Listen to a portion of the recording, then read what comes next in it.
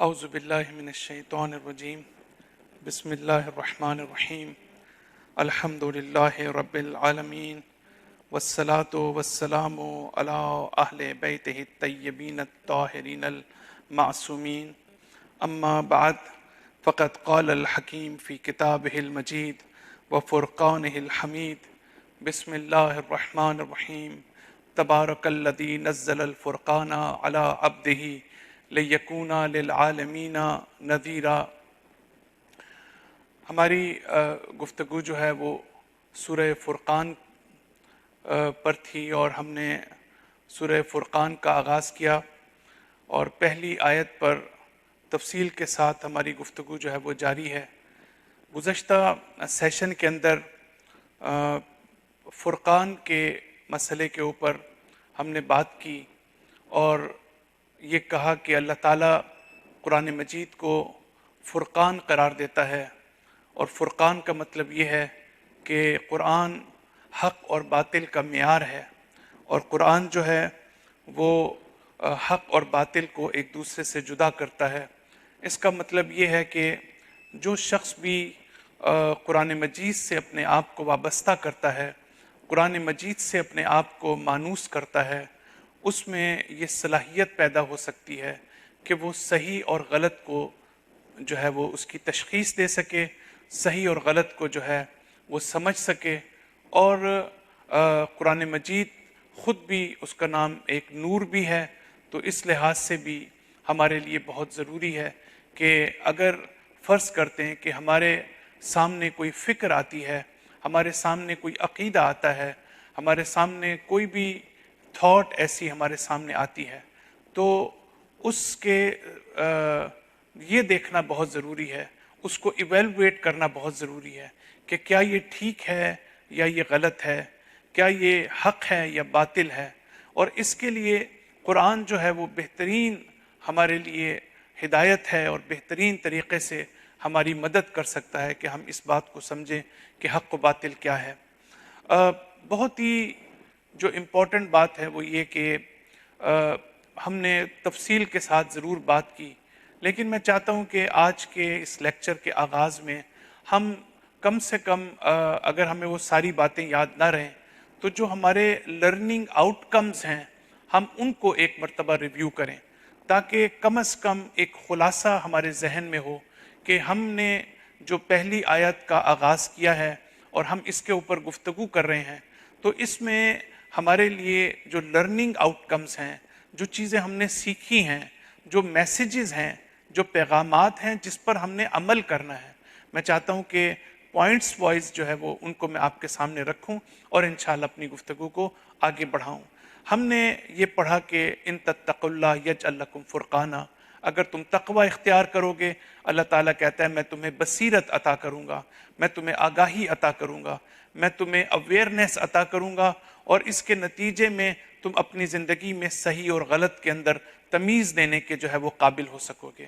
تو پہلا ہمارا جو میسیج تھا وہ یہ تھا کہ قرآن مجید ہمیں یہاں پر یہ درس دیتا ہے کہ ہم ہمیشہ اس بات کی طرف متوجہ رہیں اور اس بات کی طرف توجہ کریں کہ صحیح اور غلط کا مسئلہ، حق اور باطل کا مسئلہ، یہ ہماری زندگی میں ہر لمحہ ہمارے سامنے رہنا چاہیے۔ یعنی کسی وقت بھی ہم غلط ہو سکتے ہیں،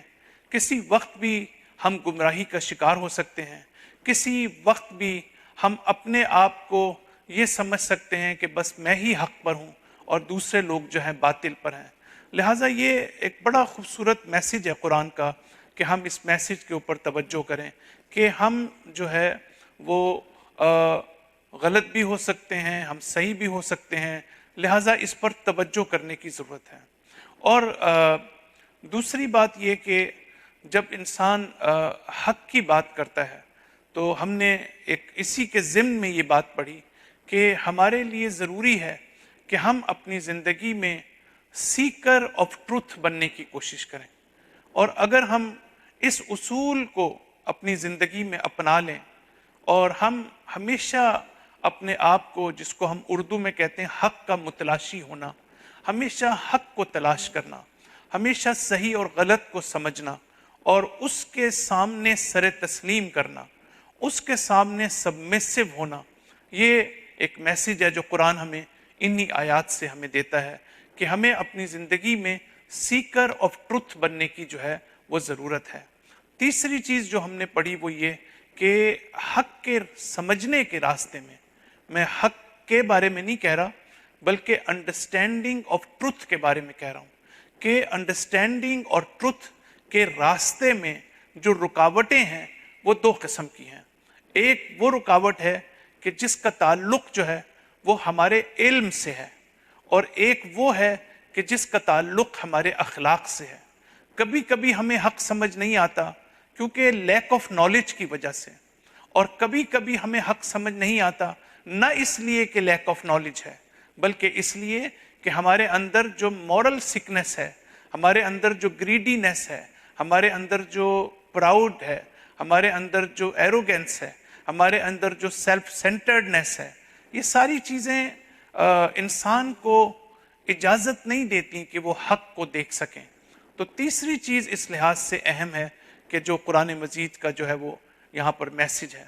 پھر ایک اور چیز کہ اللہ تعالیٰ ایبسولوٹلی پرفیکٹ ہے۔ جب ہم اللہ تعالیٰ کے قرب کی بات کرتے ہیں، جب ہم تقرب اللہ کی بات کرتے ہیں، جب ہم پروکسیمیٹی ٹو اللہ کی بات کرتے ہیں، تو اس کا مطلب یہ ہے کہ ہم اللہ تعالیٰ کی قریب آ رہے ہیں، یعنی اس کے جو کمالات ہیں، اس کی جو پرفیکشنز ہیں، وہ ہماری ذات میں اس کی ریفلیکشن ہو رہی ہے، اور ہم اس لحاظ سے اللہ تعالیٰ کے قریب ہیں۔ تو جب کمال مطلق کی طرف آپ جائیں گے تو اس کے نتیجے میں جو دوسری چیزیں ہیں جو دنیا میں جس کو ہم پرفیکشن کہتے ہیں، جس کو دنیا میں حق کہتے ہیں، جس کو ہم ٹروتھ کہتے ہیں، وہ بھی ہمیں خود بخود سمجھ آنا شروع ہو جائے گا۔ ہمیں یہ قرآن کی آیات یہ درس بھی دیتی ہیں کہ کبھی کبھی ہمیں جا کر حق کو سمجھنا پڑتا ہے، اسکول جانا پڑتا ہے، کالج جانا پڑتا ہے، علم حاصل کرنا پڑتا ہے، لیکن کبھی کبھی جو ریالٹیز ہیں وہ ہمارے سامنے ہوتی ہیں، ہمیں نظر نہیں آتی۔ حقائق ہمارے سامنے ہوتے ہیں، ہمیں نظر نہیں آتے، اور اس کی کیا وجہ ہے؟ اس لیے کہ ہمارے قلب جو ہے جب تک اس کے اوپر گرد پڑی ہوئی ہے، جب تک وہ ڈسٹی ہے، جب تک اس کے اوپر ڈسٹ ہے، اس وقت تک ان حقائق کی ریفلیکشن جو ہے وہ ہمارے ہارٹ پر نہیں ہوگی۔ تو اس لحاظ سے اپنے ہارٹ کو جو ہے وہ کلین کرنے کی بھی جو ہے وہ بہت زیادہ ضرورت ہے۔ یہ چند میسیجز تھے کہ جو ہم نے اس کے اوپر تفصیل کے ساتھ ان میسیجز کے اوپر ہم نے بات کی قرآن مجید میں۔ پھر اللہ تعالیٰ آگے چل کر فرماتا ہے کہ قرآن مجید کی اسی آیت کے اندر کہ تبارک الذی نزل الفرقان علی عبدہ، کہ اللہ تعالیٰ نے فرقان کو اپنے عبد پر نازل کیا۔ اب یہاں اب پیغمبر کو کسی اور صفت سے اللہ تعالیٰ نہیں پکار رہا۔ جب اپنے رسول کو ایڈریس کرتے ہیں تو دیکھیں قرآن مجید میں مختلف صفات سے اپنے پیغمبر کو اللہ تعالیٰ جو ہے وہ خطاب کرتا ہے، یا ایھا المدثر، اسی طرح سے کئی لحاظ سے نہ رسالت رسول کہہ کے پکار رہا ہے، نہ نبی کہہ کے پکار رہا ہے، نہ رسالت کی بات کی گئی ہے، نہ نبوت کی بات کی گئی ہے، بلکہ اللہ تعالیٰ عبد کی بات کرتا ہے، عبودیت کی بات کرتا ہے۔ یعنی قرآن مجید کی دوسری آیات میں بھی ہے، سورہ اسراء کے آغاز میں کہ سبحان الذی اسریٰ بعبدہ لیلا من المسجد الحرام الی مسجد الاقصی۔ تو یہاں پر بھی اللہ تعالیٰ کہتا ہے میں اپنے عبد کو لے کر گیا، میں یہ نہیں کیا کہ میں اپنے نبی کو لے کر گیا، میں رسول کو لے کر گیا۔ تو عبد کا جو مفہوم ہے میں سمجھتا ہوں کہ اس کو بھی ہمیں سمجھنے کی ضرورت ہے کہ جو عبودیت کی جو منزل ہے یہ ہائیسٹ لیول ہے کسی کی پرفیکشن کا۔ یعنی اگر کوئی شخص عبد ہے اور منزل عبد پر ہے، عبودیت میں ہے، تو اللہ تعالیٰ گویا اس آیت کے ذریعے سے اور دوسری آیات کے ذریعے سے ہمیں یہ میسج دے رہا ہے کہ جب میں عبد کی بات کرتا ہوں تو پیغمبر کی اور انبیاء کی اور ائمہ کی جو اگر ان کی کوئی قابلیت تھی، ان کی کوئی فضیلت تھی، تو ان کی اصل فضیلت ان کی عبودیت کے اندر تھی.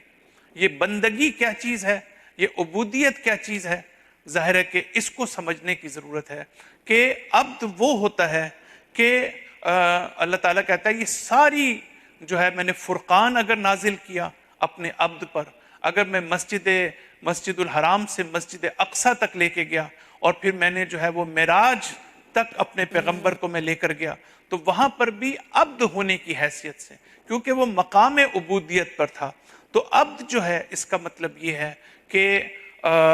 جس کو مقام عبودیت حاصل ہو جائے وہ یہ فیل کرتا ہے کہ اس میں کسی بھی قسم کا استقلال موجود نہیں ہے، کسی بھی قسم کی انڈیپینڈنسی موجود نہیں ہے. دیکھیں اخلاقی لحاظ سے ہمارے لیے بہت ضروری ہے کہ ہم اس مسئلے کو سمجھیں کہ ہم میں اور انبیاء میں کیا فرق ہے. ہم میں اور اہل بیت میں بنیادی فرق جو ہے، انسان ہونے کی حد تک تو وہ بھی انسان ہے، ہم بھی انسان ہیں، لیکن جو رتبے میں اور مقامات میں فرق ہے اس کو سمجھنے کی نہیں. مقام عبودیت جو ہے وہ امپورٹنٹ ہے. عبودیت کا مطلب یہ ہے کہ وہ اپنے آپ کو نہ اپنی ذات میں اور نہ اپنی تاثیر میں کسی بھی جگہ اپنے آپ کو انڈیپینڈنٹ نہیں سمجھتے تھے. یعنی اس معنی میں کہ اللہ تعالیٰ جو ہے وہ صرف اس کائنات کا خالق نہیں ہے، بلکہ اللہ تعالیٰ جو ہے وہ اس کائنات کا صرف کریٹر نہیں ہے، بلکہ اللہ تعالیٰ اس کائنات کا سسٹینر بھی ہے. اللہ تعالیٰ ہر لمحہ اس کائنات کو سسٹین کر رہا ہے. اس کی بقا بھی اللہ کے ہاتھ میں ہے، اس کی خلقت بھی اللہ کے ہاتھ میں ہے. یعنی ہماری کوئی بھی اپنی ذاتی حیثیت نہیں ہے. اسی لیے اللہ تعالیٰ قرآن مجید میں کہتا ہے کہ یا ایھا الانسان انتم الفقراء الی اللہ، کہ تم اللہ کی طرف فقیر ہو، محتاج ہو. یعنی تم محتاج محض ہو، تم ذاتاً اللہ تعالیٰ کے محتاج ہو. دیکھیں جو شخص اپنے ذات میں جتنی محتاجگی کو فیل کرے گا، جتنی احتیاج، یعنی جتنا مجھے یہ پتہ چلے گا نا کہ میری احتیاج کتنی ہے، میری محتاجگی کتنی ہے، میں نیڈ فل کتنا ہوں، میٹیریلسٹیکلی بھی اور اسپریچولی بھی، اتنا ہی وہ شخص جو ہے وہ عظیم ہوگا. اور جتنا ہم اپنے آپ کو مستغنی سمجھیں گے، جتنا ہم اپنے آپ کو انڈیپینڈنٹ سمجھیں گے، جتنا ہم اپنے آپ کو اپنے اوپر اعتماد کریں گے، اس کے نتیجے میں جو ہے وہ اتنا ہی انسان مغرور ہوتا چلا جائے گا، اتنا ہی انسان جو ہے وہ فرعونیت اس میں آتی چلی جائے گی، نمرودیت آتی چلی جائے گی. ایک نبی میں اور فرعون میں فرق کیا تھا؟ ایک نبی میں اور نمرود میں فرق کیا تھا؟ دیکھیں جب کسی نے قارون سے یہ کہا کہ تمہارا اتنا بڑا خزانہ ہے، ٹریجر تمہارے پاس ہے، تو وہ کہتا ہے انما اوتیتہ من علم عندی، یہ میری قابلیت تھی، یہ میری صلاحیت تھی کہ جس کی وجہ سے جو ہے وہ مجھے یہ سب کچھ ملا. تو یہ جو انانیت ہے، یہ جو سیلف سینٹرڈنیس ہے، یہ جو انسان کی ایگو ہے، یہ جو انسان کا اپنی ذات کو دیکھنا ہے، یہ عبودیت کے راستے کے خلاف ہے. اسی لیے امام حسین علیہ السلام فرماتے ہیں کہ الہی انا فقیر فی غنائی، پروردگارہ جو کچھ تو نے مجھے دیا ہے میں اس میں بھی تیرا محتاج ہوں. فکیف لا اکون فقیرا فی فقری، تو میں اس میں کیوں نہ تیرا محتاج ہوں گا کہ جو میرے پاس نہیں ہے، جو تو نے مجھے نہیں دیا ہے. تو جب ذاتاً اپنے آپ کو ذات کے لحاظ سے آپ اپنے آپ کو محتاج سمجھیں گے، غیر مستقل سمجھیں گے، تو اسی کو جو ہے وہ مقام عبودیت کہتے ہیں. تو اس لحاظ سے ہم یہ دیکھتے ہیں کہ مولا کائنات ایک مقام پر ہی فرماتے ہیں کہ الہی کفا بی فخرا ان اکون لکا عبدا،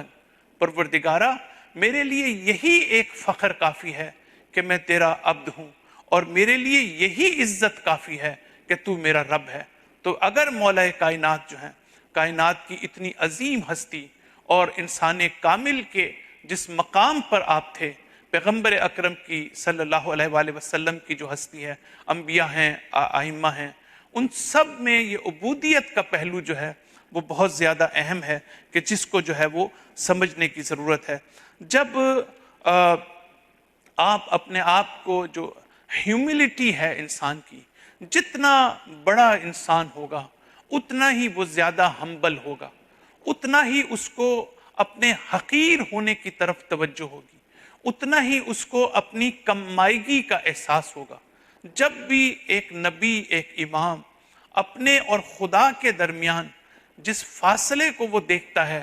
اس کو دیکھتے ہوئے جتنا وہ اپنے آپ کو جو ہمبلنس ہے، جتنا اپنے آپ کو ایک امام خدا کے مقابلے کے اوپر جس طرح سے وہ دیکھتا ہے، وہ ہے مقام عبودیت۔ اپنی احتیاج کو وہ بہتر سمجھتا ہے کہ میں اللہ تعالیٰ کا کتنا محتاج ہوں۔ ہم تو ذرا سا اگر اس دنیا کے اندر کوئی ہماری مدد کر دے تو اللہ کو بھول جاتے ہیں، کوئی ہماری سپورٹ کر دے تو اللہ کو بھول جاتے ہیں، کوئی ہم دیکھتے ہیں، ہم فارمیسی جاتے ہیں، میڈیسن لینے جاتے ہیں، میڈیسن کو دیکھتے ہیں تو سمجھتے ہیں کہ بس یہی سب کچھ ہے، اسی سے ہمارا علاج ہوگا۔ ہم اللہ تعالیٰ کے شفا ہونے کو، اللہ تعالیٰ جو اصل ہیلر ہے، ہم اس کو فراموش کر دیتے ہیں۔ ہم ڈاکٹر کے پاس جاتے ہیں تو وہاں پر بھی ہم ڈاکٹر کو ہی سب کچھ سمجھتے ہیں، لیکن اس کے پیچھے جو اصل طاقت ہے ہم اس کو جو ہے وہ فراموش کر دیتے ہیں۔ تو اس لحاظ سے عبودیت کا مسئلہ جو ہے وہ اہم ہے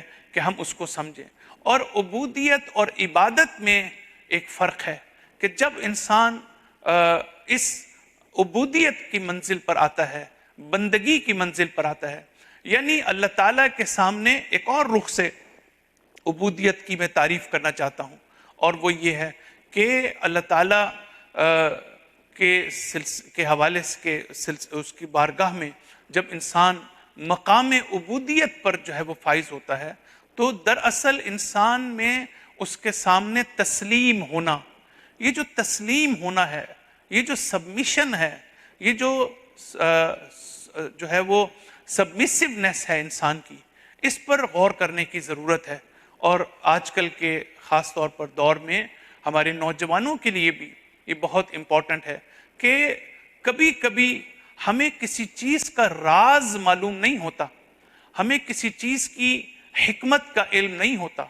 ہمیں کسی چیز کی فلسفے کا علم نہیں ہوتا، لیکن ہمیں یہ علم ضرور ہوتا ہے کہ یہ اللہ تعالیٰ کی طرف سے حکم آیا ہے۔ یہ ہمیں ضرور پتہ ہوتا ہے کہ مولا کائنات ہی نے یہ بات کہی ہے اور یہ احکام ہم تک پہنچائے ہیں۔ رسول خدا صلی اللہ علیہ وآلہ وسلم نے ان کے توسط سے اللہ کا یہ حکم ہم تک پہنچا ہے۔ اگر یہ چیز ہمارے نزدیک ثابت ہو جائے تو پھر ہمیں نہیں سمجھ آتی کہ اس کا فلسفہ کیا ہے، اس کی وجہ کیا ہے، اس کی حکمت کیا ہے، لیکن ہمارے اندر جو ہے وہ یہ کوالٹی آف سبمیسونیس جو ہے اس کا ہونا بہت ضروری ہے۔ صرف ہم یہ نہ کہیں کہ چونکہ ہم اس کو انڈرسٹینڈ ہی نہیں کرتے، چونکہ یہ ہمیں اس کو کوئی قائل ہی نہیں کر سکا، چونکہ کوئی اس کو ہمیں کنونس نہیں کر سکا، لہٰذا جو ہے وہ ہم اس کو مانتے ہی نہیں ہیں، ہم اس پر عمل نہیں کرتے۔ مومن وہ ہے کہ جو حکمت کا تقاضا ہے،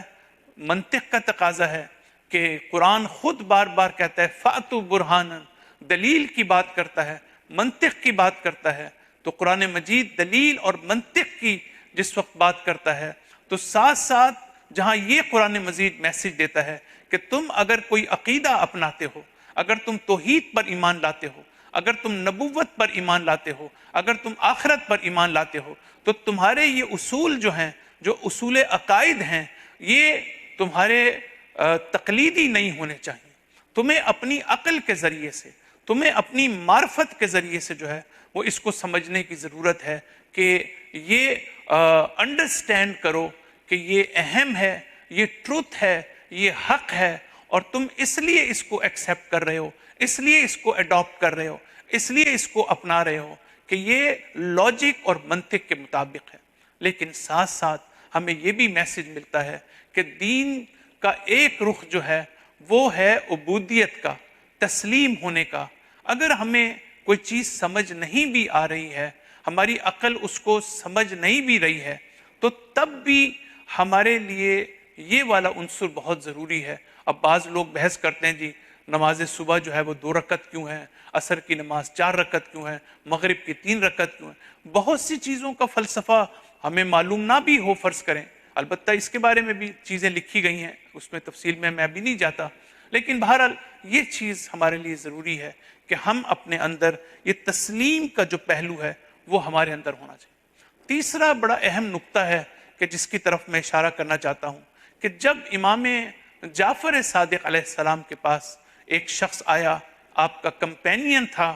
آپ سے کہا کہ یبنا رسول اللہ، اے فرزند رسول، عبودیت کی کیا تعریف ہے؟ عبودیت کس کو کہتے ہیں؟ تو آپ نے کہا کہ العبودیت جوہر کنہ الربوبیہ۔ بہت توجہ کیجئے گا اس کے اوپر کہ امام کہہ کیا رہے ہیں۔ امام یہ کہتے ہیں کہ عبودیت جو ہے وہ ایک ایسا سبسٹینس ہے،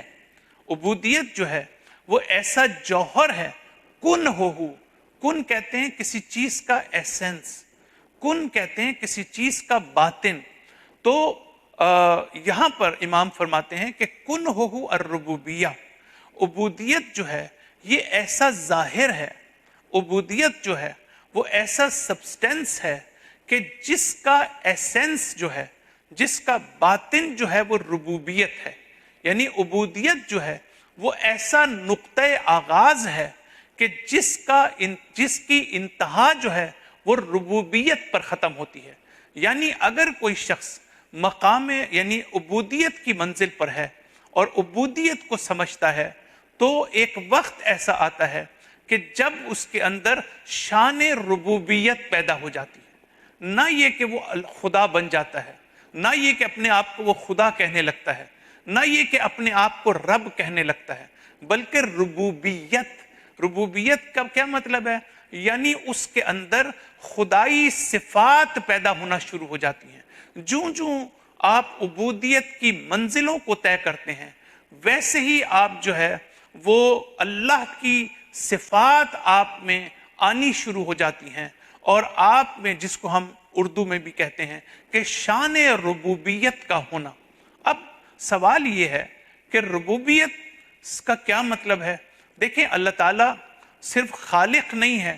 بلکہ اللہ تعالیٰ اس کائنات کا رب بھی ہے، اور رب کا مطلب یہ ہے کہ اللہ تعالیٰ اس کائنات کا ماسٹر بھی ہے، ایڈمنسٹر بھی ہے، مینج بھی وہ کرتا ہے، مالک بھی ہے۔ اس نے اس کائنات کو پوزیس کیا ہوا ہے، اس نے اس کائنات کو ہولڈ کیا ہوا ہے، وہ اس کائنات کا سسٹینر ہے۔ وہ خالق نہیں ہے، وہ صرف خلقت کا ذمہ دار نہیں ہے۔ جب حضرت موسیٰ سے کسی نے پوچھا کہ یا موسیٰ من ربو کا، اے موسیٰ تمہارا رب کون ہے؟ تو کہا کہ ربنا الذی اعطی کل شیء خلقہ ثم ہدا، میرا رب وہ ہے کہ جس نے پہلے ہر چیز کو خلقت عطا کی اور اس کے بعد اس کو ہدایت عطا کی۔ یعنی یہ مطلب یہ ہے کہ اللہ تعالیٰ جب کسی کو خلق کرتا ہے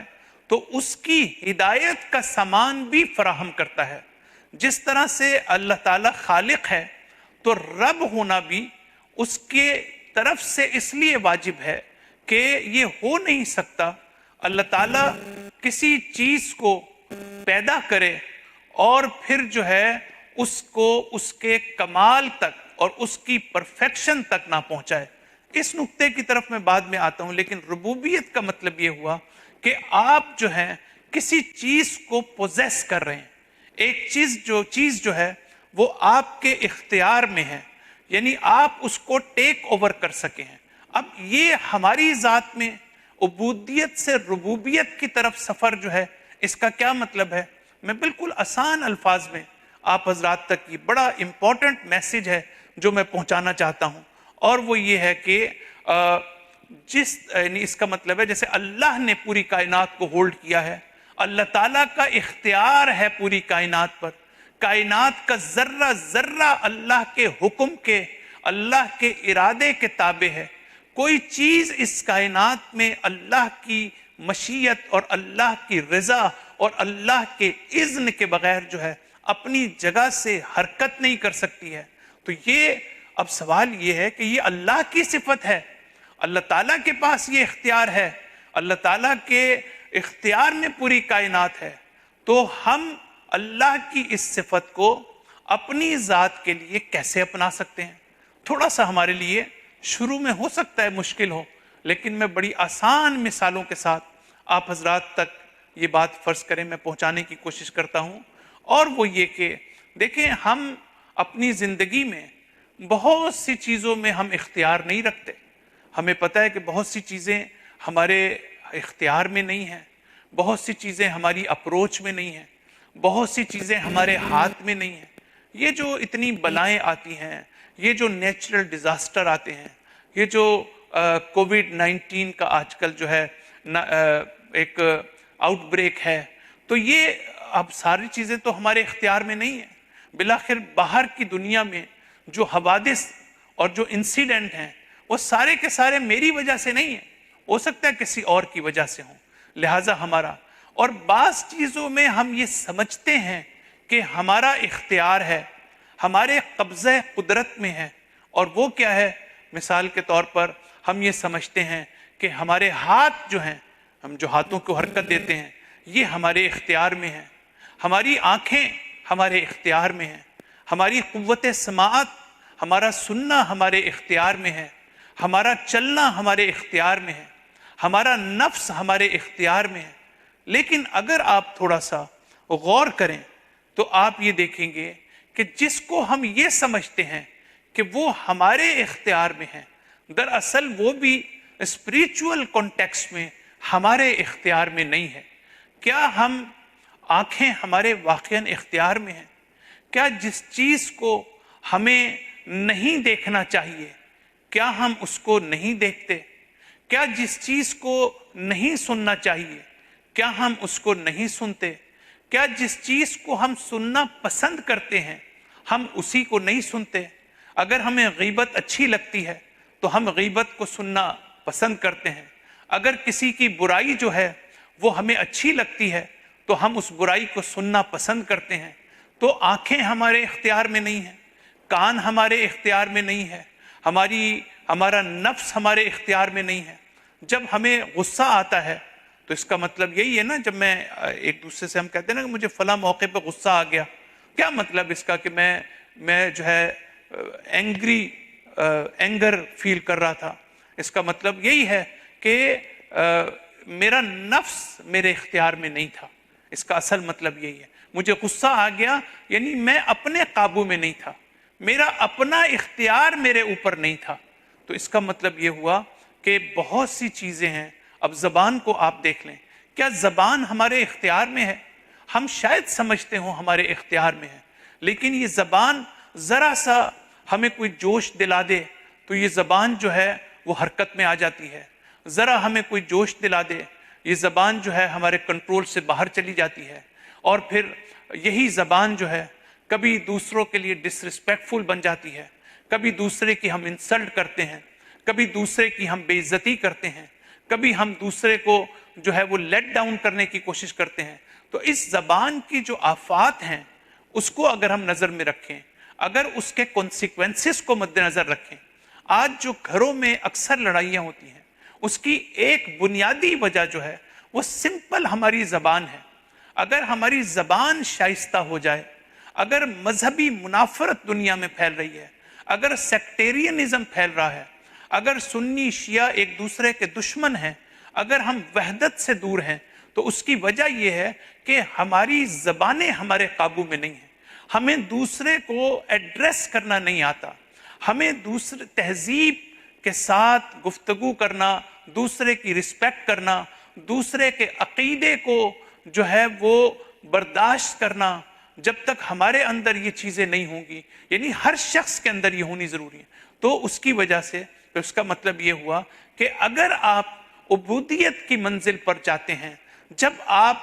ایک عبد کے طور پر اللہ تعالیٰ کی عبادت کرتے ہیں، آپ کو اس کے سامنے جب تسلیم ہوتے ہیں، جب آپ کو اپنی احتیاج کا پتہ ہوتا ہے، جب آپ کو اپنی نیڈ کا پتہ ہوتا ہے کہ آپ کو یہ احتیاج ہے کہ آپ کی اسپرچول ڈیولپمنٹ کی آپ کو ضرورت ہے، آپ کو انٹلیکچول ڈیولپمنٹ کی ضرورت ہے، آپ کو اپنے رب سے کنیکٹ ہونے کی ضرورت ہے، آپ کو اپنے رب کے کمالات کو اپنی ذات میں ریفلیکٹ کرنے کی ضرورت ہے. تو اگر یہ ضرورت کا احساس نہ ہو، احتیاج کا احساس نہ ہو، تو ہم کبھی بھی اس چیز کی طرف نہیں جائیں گے۔ اس دنیا میں جب بھی ہم کوئی چیز خریدنے کے لیے جاتے ہیں، جب بھی کوئی کام کرتے ہیں، وہ اس لیے کرتے ہیں کہ ہمیں اس کی نیڈ کا احساس ہے، ہمیں اس کی ضرورت کا احساس ہے۔ اگر ہم تعلیم حاصل کرتے ہیں تو اس لیے کرتے ہیں کہ ہمیں اس کی ضرورت ہے، ہمیں اس کی احتیاج ہے۔ لیکن اگر ہمیں اس کی احتیاج ہی نہ ہو کہ مجھے قرآن کو سمجھنے کی کیا ضرورت ہے، مجھے قرآن کو انڈرسٹینڈ کرنے کی کیا ضرورت ہے، مجھے امام حسین کے مقاصد کو سمجھنے کی کیا ضرورت ہے، مجھے نہج البلاغہ کو پڑھنے کی کیا ضرورت ہے، ظاہر ہے کہ جب میرے اندر یہ ضرورت ہی نہیں ہوگی، نیڈ ہی نہیں ہوگی، احتیاج ہی نہیں ہوگی، تو پھر مجھے کام کرنے کی کیا ضرورت ہے۔ عبد ہونے کا مطلب یہ ہے کہ میں اپنے اندر اس احتیاج کو اور اس محتاجگی کو فیل کروں، اور جب ہم میں احساس احتیاج پیدا ہو گیا تو پھر ہم اپنی ڈیولپمنٹ کے لیے، اسپرچول ڈیولپمنٹ کے لیے ہم آگے بڑھیں گے اور اپنی اصلاح بھی کریں گے اور اپنے آپ کو جو ہے وہ بہتر بنانے کی بھی کوشش کریں گے۔ تو عبودیت کے نتیجے میں ہمیں اللہ کی کون سی صفت حاصل ہوتی ہے؟ ربوبیت۔ اور ربوبیت ایسنس ہے عبودیت کا، اور ربوبیت ہے اختیار کا نام، کہ اللہ تعالیٰ کے قبضہ قدرت میں ہے۔ تو کیا میری آنکھیں میرے قبضہ قدرت میں ہیں؟ کیا میرے کان میرے قبضہ قدرت میں ہیں؟ کیا میری زبان میرے قبضہ قدرت میں ہے؟ تو یہ ہے وہ پہلی منزل کہ جس میں انسان کے لیے ضروری ہے کہ وہ شان ربوبیت کو اپنے اندر پیدا کرے۔ اور پھر اگلی منزل کیا ہے؟ فرض کرتے ہیں کہ اب اگلی منزل چونکہ بہت ہی باریک ہے، میں اس میں زیادہ تفصیل میں نہیں جاؤں گا، میں صرف اس کی طرف جو ہے وہ اشارہ کروں گا، اور وہ یہ ہے کہ اگلی منزل یہ ہے جب آپ یہ کہتے ہیں کہ آج میں نے اپنے غصے پر قابو پا لیا، میرا اختیار میرے غصے پر ہے، میرا اختیار میری شہوت کے اوپر ہے، میرا اختیار میری آنکھوں اور میرے کانوں پر ہے، تو دوسری منزل یہ ہے کہ میرا اختیار ایک اور چیز ہے جس میں نہیں ہے، اور وہ کیا ہے؟ وہ میرے خیالات ہیں، وہ میرے تخیلات ہیں، وہ میری امیجینیشنز ہیں۔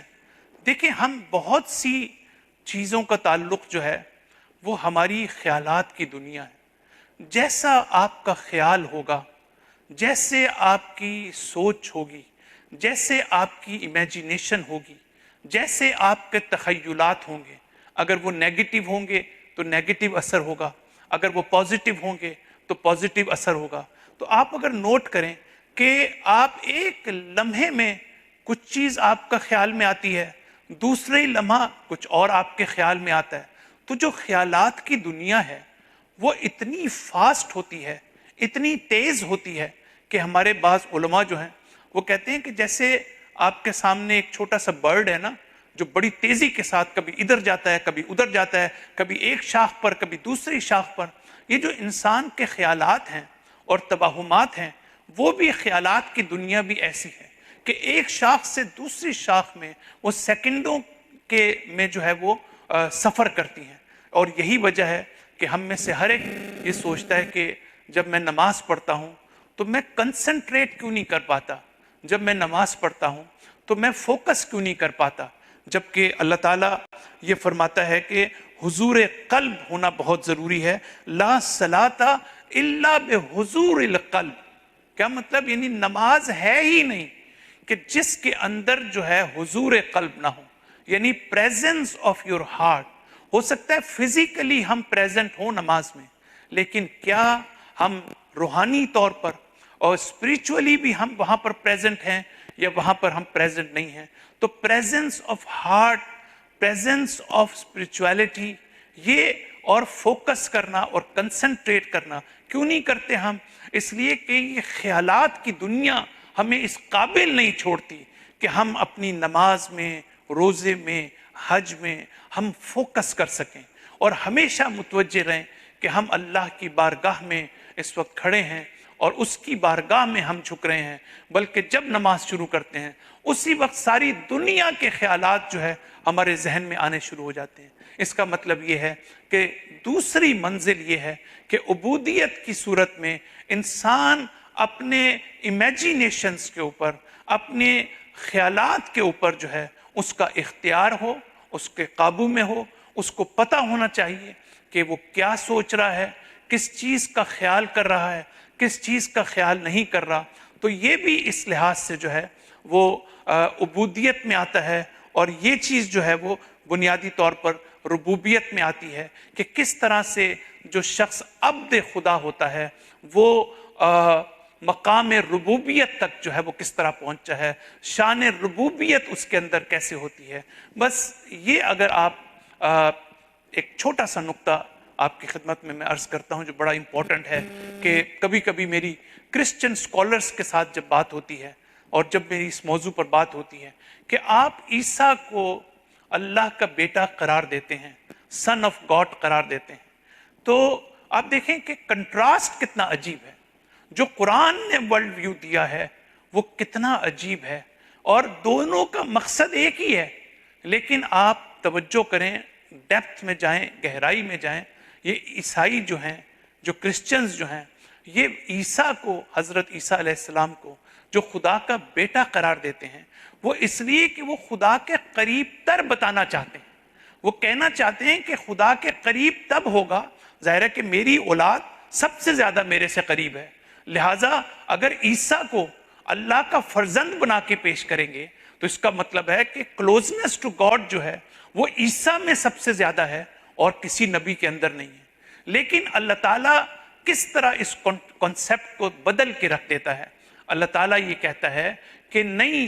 میرے قریب وہ ہے کہ جو عبد ہے، جس میں بندگی ہے، جو جتنا میرا محتاج ہوگا، جتنا احساس احتیاج اس کے اندر ہوگی، اتنا ہی وہ میرے قریب ہوگا، اتنا ہی وہ میرا بندہ ہوگا. اب آپ دیکھیں کہ ان دونوں کے اندر جو ہے وہ زمین آسمان کا فرق ہے. ایک کرسچینٹی ہے جنہوں نے عیسیٰ کو اللہ کا بیٹا قرار دیا ہے یہ ثابت کرنے کے لیے کہ وہ اللہ کے قریب ہے. اللہ قرآن میں کہتا ہے محمد کو خطاب کر کے کہ میرا نبی وہ ہے کہ جو عبد ہے، مقام عبودیت پر ہے. اگر اس کی کوئی فضیلت ہے، اگر اس کی کوئی اہمیت ہے تو اس کی احتیاج اور اس کا یہ احساس ہے کہ میں ہر لمحہ اللہ کا محتاج ہوں، میں اللہ سے وابستہ ہوں، اور ایک لمحے کے لیے بھی میں مستقل نہیں ہوں، انڈیپینڈنٹ نہیں ہوں اپنی ذات میں. اللہ تعالیٰ انشاءاللہ ہم سب کو توفیق عطا فرمائے